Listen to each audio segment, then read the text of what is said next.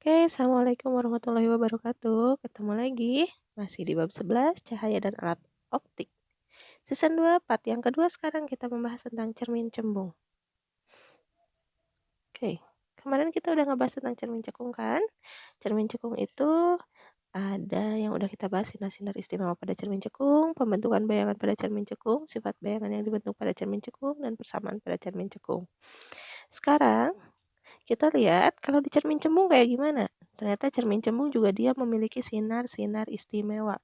Sinar yang pertama, sinar datang sejajar sumbu utama, kemudian dipantulkan seolah-olah dari titik fokus. Oke. Jadi sinarnya datang nih dari sini. Kemudian dia dipantulkan, cuman kan di sini ada kata seolah-olah ya. Kalau ada kata seolah-olah berarti dia diperpanjang nih sinar pantulnya seolah-olah dari titik fokus. Jadi kalau misalkan yang namanya cermin cembung itu titik kelengkungan cermin M nya ada 2 dan fokusnya pun ada 2. Karena cembung itu berarti kan bagian sebelah sini nih cerminnya ya. Sebelah sini itu berarti yang tidak terpakainya. Oke. Kemudian sinar yang kedua. Sinar datang seolah-olah menuju titik fokus. Nih, sinar datangnya ke sini kan. Itu nyambungnya ke titik fokus ke sini. Dia mengenai benda ya. Jadi misal bendanya kayak gini nih. Nih gitu. Kemudian mengenai titik fokus. Dipantulkannya itu pasti dari cermin. Bukan dari sini. Tapi dari cermin. Nih. Nah, dipantulkan nih ke sini pantulannya. Dari sini dia perpanjangannya. Seolah-olahnya itu ke sini lah. Seolah-olahnya.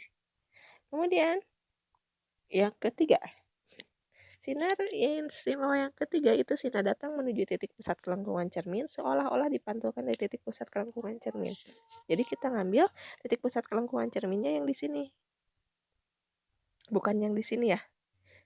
Tapi yang di sini. Oke. Nah, misal ini bendanya, jadi dia mengenai benda. Kemudian dipantulkannya seolah-olah ke titik fokus. Oke. Nah, gimana pembentukan bayangan oleh cermin cembung? Itu sama. Kayak cermin cekung. Jadi kita membutuhkan minimal 2 sinar istimewa. Yang paling gampang itu kalau kita pakai berarti ini sinar ke-1 dan sinar ke-3.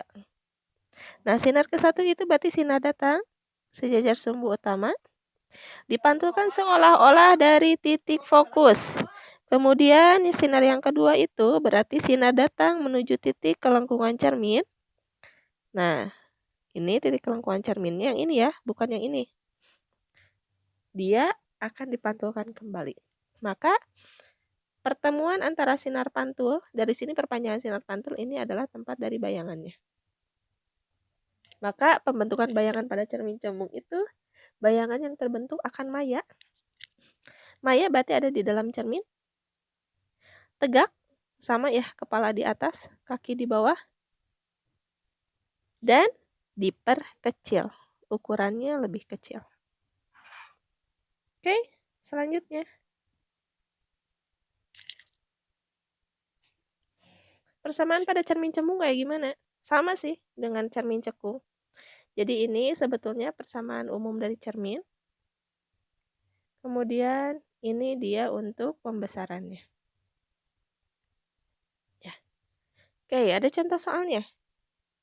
Sebuah benda diletakkan di depan cermin cembung pada jarak, berarti ini S ya. S bendanya. Jika titik fokus cermin tersebut adalah 6 cm, berarti ini F-nya. Berapakah jarak bayangan yang terbentuk? Berarti S aksen ya. Kemudian nyatakan sifatnya dan buatlah diagramnya. Oke.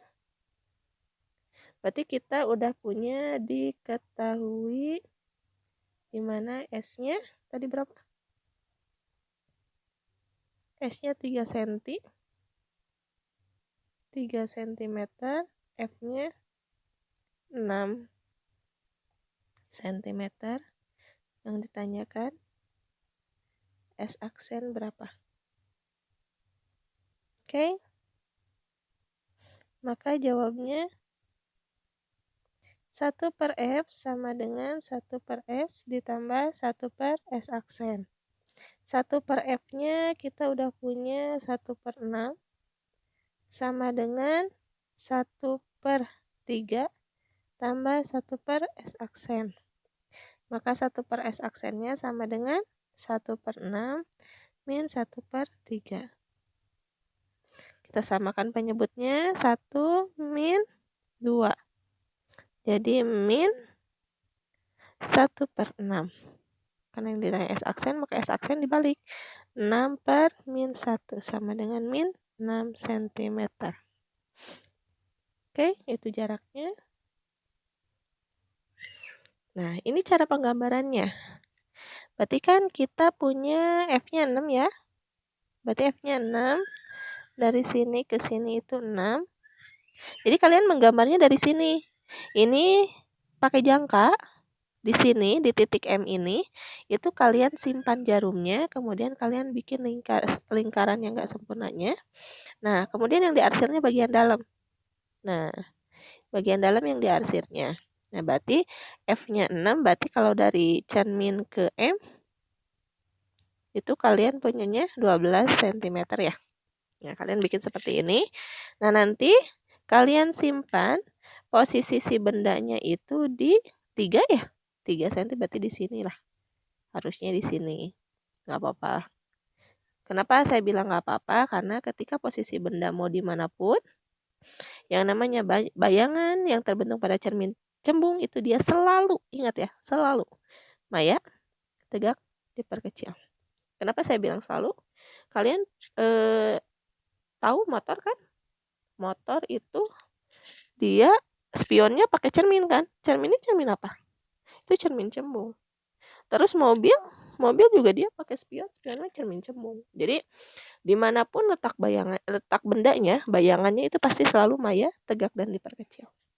Cara menggambarnya sama. Kalian kalau saya di sini ini ada sinar pertama dan di sini ada sinar ketiga. Biar gampang menggambarnya. Jadi dapat di sini si letak bayangannya. Oke.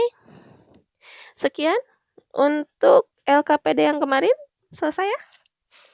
LKPD yang kedua, berarti sekarang ini LKPD yang ketiga. Coba kalian kerjakan tugasnya dan nanti akan kita bahas selanjutnya.